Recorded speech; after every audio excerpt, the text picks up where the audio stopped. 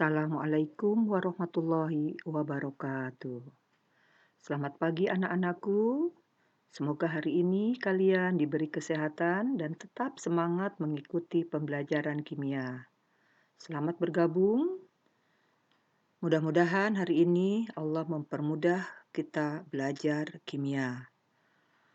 Baiklah, pada kesempatan ini Ibu akan memberikan materi penentuan delta H reaksi dengan cara hukum Hess dan data entalpi pembentukan standar. Nah, kalian masih ingat minggu yang lalu Ibu sudah memberikan materi penentuan delta H reaksi dengan cara percobaan dengan alat kalorimetri atau kalorimeter. Nah, sebelum kalian mengikuti pembelajaran kimia jarak jauh ini, marilah kita berdoa berdasarkan agama dan kepercayaannya masing-masing. Baiklah, kita lanjutkan. Hari ini kita fokuskan pada penentuan delta H reaksi dengan hukum Hess dan data entalpi pembentukan standar. Tapi sebelum itu, kalian harus kenalkan dulu dengan hukum Hess. Hukum Hess, mengapa ada hukum Hess? Ternyata hukum Hess itu terinspirasi saat mendaki gunung. Nah, mengapa seperti ini? Kita lihat. Tidak semua reaksi dapat ditentukan delta H reaksinya melalui percobaan. Artinya, perubahan entalpi kadang sukar diukur atau ditentukan langsung dengan percobaan. Nah, untuk reaksi-reaksi yang sukar ditentukan delta H-nya melalui percobaan, seorang dari bangsa Jerman pada tahun 1840 yang bernama Henry Hess menemukan bahwa perubahan entalpi reaksi itu hanya tergantung pada keadaan awal dan akhir sistem, tidak bergantung pada jalannya reaksi. Karena banyak reaksi dapat berlangsung menurut 2 atau lebih tahapan. Nah, pernyataan ini beliau terinspirasi saat mendaki gunung. Ternyata beliau mengamati ada yang mendaki gunung secara langsung, ada yang mendaki gunung tidak langsung. Nah, fenomena alam atau fenomena kejadian yang sering beliau amati ternyata saat mendaki gunung, mencapai puncaknya yang langsung dengan saat seorang mendaki gunung tidak langsung dalam mencapai puncaknya, ternyata menurut beliau adalah kalor saat memutar tidak langsung atau yang langsung adalah sama. Maka dinyatakanlah seperti ini. Jadi, jika suatu reaksi berlangsung menurut 2 tahap atau lebih, yaitu dengan tidak langsung, maka kalor reaksi totalnya sama dengan jumlah kalor pada tahap langsung. Hukum Hess kita gunakan untuk menghitung delta H suatu reaksi tanpa melakukan percobaan, tetapi berdasarkan beberapa harga delta H dari reaksi yang sudah diketahui. Nah, hukum Hess juga dapat dinyatakan dalam bentuk diagram siklus atau diagram tingkat energi. Jadi, hukum Hess itu menyatakan bahwa besarnya perubahan entalpi reaksi hanya tergantung pada keadaan awal dan keadaan akhir sistem dan tidak bergantung pada jalannya reaksi. Inilah hasil analisa beliau terhadap pendakian gunung yang secara langsung melalui terjal dan tidak langsung yang muter, tanda menunjukkan bahwa perubahan entalpi itu tidak bergantung kepada caranya, tidak bergantung kepada prosesnya, tetapi bergantung pada keadaan awal dan akhir, pada keadaan sebelum dan sesudah reaksi.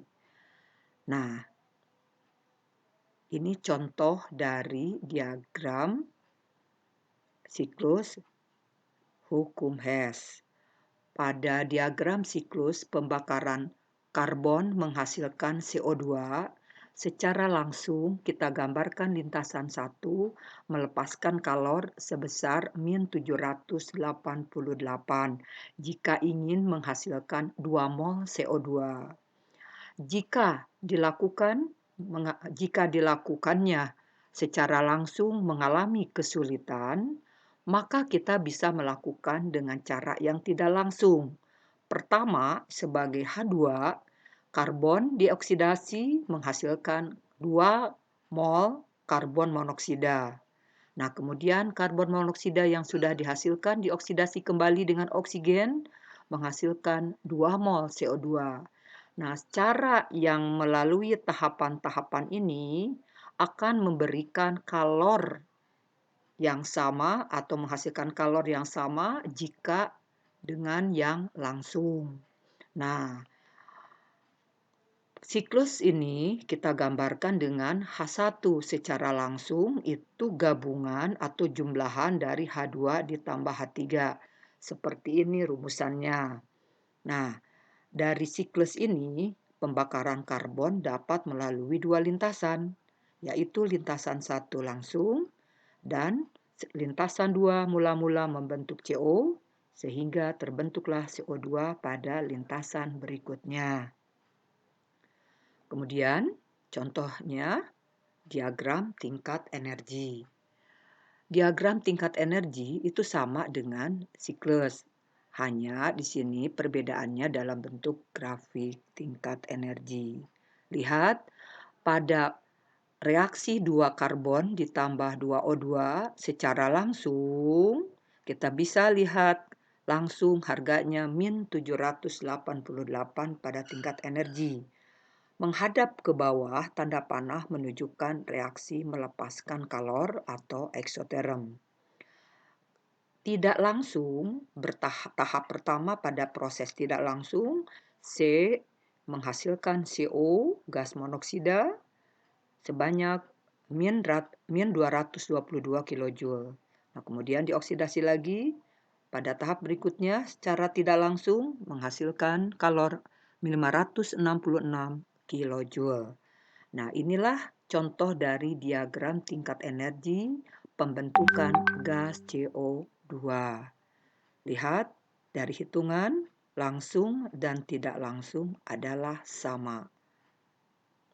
Jadi hukum Hess itu adalah harga tidak delta H tidak bergantung jumlah tahap reaksi.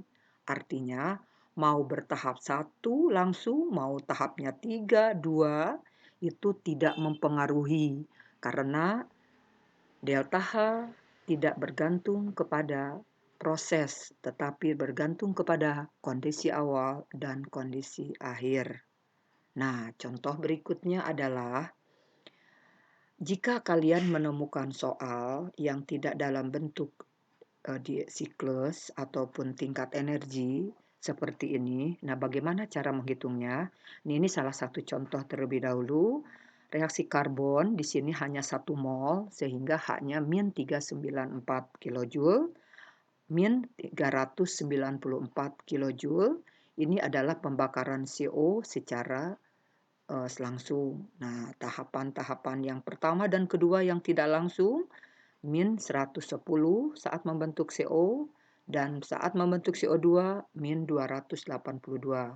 Ingat di sini, langsung dan tidak langsung sama. Mengapa harganya berbeda tidak seperti yang tadi? Kalau yang tadi 2 mol, ini 1 mol. Nah, lihat, jika 1 mol CO2, maka yang langsung dengan tidak langsung sama. Sama, H1 sama dengan H2 ditambah H3. Nah, bagaimana jika hukum Hess tidak menggunakan diagram tingkat energi ataupun yang siklus, seperti halnya yang tadi? Bagaimana penyelesaian soalnya? Nah, kita menemukan soal. Berikut ini merupakan data reaksi. Contoh, tahap pertama, 2NO2 menghasilkan 2NO plus O2, delta H-nya A kilojoule. Seterusnya, tahapan kedua secara tidak langsung ini menghasilkan NO plus atom O, delta H-nya B. Dan tahap ketiga, O2 ditambah atom O menghasilkan O3, delta H-nya C. Nah, yang ditanyakan, tentukan delta H reaksi untuk 3 molekul, maksudnya 3 molekul O2 menghasilkan 2 molekul O3. Berapa kalor yang dilepas atau yang diterima? Baiklah, bagaimana cara penyelesaiannya? Di sini, pertama kali, kalian fokuskan pada soal yang ditanyakan, yaitu 3O2 dan 2O3. Berapa? Kita lihat pada reaksi ini, yang diminta 2O3 pada data O3-nya hanya 1. Maka untuk memenuhi supaya 2, kalikanlah 2. Ini dikalikan 2 kali C2C, 2O3, 2 atom O, dan 2O2. Nah, mengapa harus seperti itu? Karena yang dimintanya 2O3. Ingat, di dalam penyelesaian hukum Hess, senyawa-senyawa atau molekul-molekul yang tidak ada di sini, maka harus ditiadakan. Bagaimana cara meniadakannya? Maka senyawa yang kanan dan kiri harus ada dan saling menghabiskan. Contoh seperti ini, 2O di sebelah kiri ada, di sebelah kanannya ada, maka kita habiskan. Kemudian 2NO ada di sebelah kanan. Nah, awalnya 2NO pun ada di sebelah kanan. Jika di sini ada 2NO, di sini 2NO, maka ada 4NO. Sedangkan pada soal yang ditanyakan tidak ada NO. Untuk supaya 2NO di sini habis, maka reaksi nomor 1 dibalik. Itulah alasannya kenapa dibalik. Agar NO-nya saling menghabiskan. 2NO kan kiri, 2NO kanan menghabiskan. Nah, dengan demikian 2NO2 yang tidak terlibat di sini juga saling menghabiskan. Nah, A yang tadinya positif karena dibalik jadi negatif. Lihat hasil akhirnya, ruas kiri tinggal 1 molekul O2 yang di atas, yang di bawahnya 2O2. Yang lainnya sudah habis, maka turunkan O2 ditambah 2O2 menjadi 3O2. Sebelah kanannya 2O3, yang lain habis 2O3. Maka 3O2 menghasilkan 2O3, kalor yang terlibat adalah min A ditambah 2B ditambah 2C. Demikian cara penyelesaiannya. Mengapa dibalik? Mengapa ini dikalikan 2? Dan ini pun dikalikan 2. Nah, lanjutkan. Bagaimana cara menggunakan entalpi pembentukan untuk menentukan delta H reaksi? Maka, kalor suatu reaksi dapat juga ditentukan dari delta H pembentukan standar, baik zat reaksi maupun produknya. Persamaannya, jumlah dari delta H pembentukan standar produk dikurangi jumlah dari delta H pembentukan standar reaksi. Nah, contoh reaksinya, reaksi pembakaran C3H8 menghasilkan 3CO2 plus 4H2O. Nah, di sini adalah produk, yang di sini adalah reaksi. Untuk itu, maka delta H reaksinya adalah 3 dikali CO2, delta H pembentukan CO2, ditambah 4 kali pembentukan air, dikurangi 1 kali pembentukan C3H8, ditambah 5 kali O2, delta H pembentukan O2. Nah, lanjutkan. Bagaimana cara penyelesaian soalnya jika seperti itu? Ini ada contoh soal. Jika diketahui data sebagai berikut. Pertama, diketahui delta H pembentukan standar CO2 sebesar minus 393,50 kJ per mol. Delta H pembentukan standar air, uap air maksudnya, min 285,85 kJ per mol. Dan delta H pembentukan standar C2H6 etana, min 84,70 kJ per mol. Nah, apa yang ditanyakan? Nah, tentukan delta reaksi untuk pembakaran C2H6. Sebelum kalian menyelesaikan delta H-nya, kalian selesaikan dulu bagaimana cara penulisan reaksi pembakaran C2H6. Nah, untuk menjawabnya, kita tulis persamaan reaksi pembakaran C2H6, yaitu setiap pembakaran melibatkan oksigen. C2H6 ditambah O2 menghasilkan CO2 dan H2O. Nah, angka-angka yang ini adalah angka-angka koefisien untuk menyetarakannya. Ternyata 1 mol C2H6 memerlukan oksigennya 3,5 mol, 3,5 mol atau 3,5 mol, dan menghasilkan 2 mol CO2 dan 3 mol air. Berapakah kalor? Apakah dihasilkan? Apakah diperlukan? Nah, lihat. Jumlah dari yang kanan dikurangi yang kiri. Kita masukkan angka-angka yang tadi, 2 kali CO2 ditambah 3 kali H2O dikurangi 1 C2H6 dan ditambah 3 kali O2. Angka tadi kita masukkan ke dalam persamaan, maka seperti ini. Nah, 2 dikali min 393,50 minusnya jangan lupa. Begitupun 3 ditambah ini 3 kali dikurangi min 84 ditambah ini 0. Dihasilkan seperti ini. Jadi jumlahkan dulu semuanya baru diambil.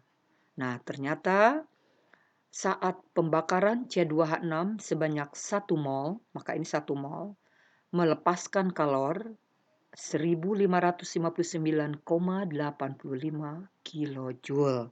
Berarti reaksi pembakaran C2H6 adalah eksoterm. Baiklah, demikian anak-anakku cara penentuan delta H reaksi berdasarkan hukum Hess dan berdasarkan data delta H pembentukan standar. Semoga hari ini kalian dipermudah untuk memahaminya. Terima kasih atas perhatian kalian. Wassalamualaikum warahmatullahi wabarakatuh.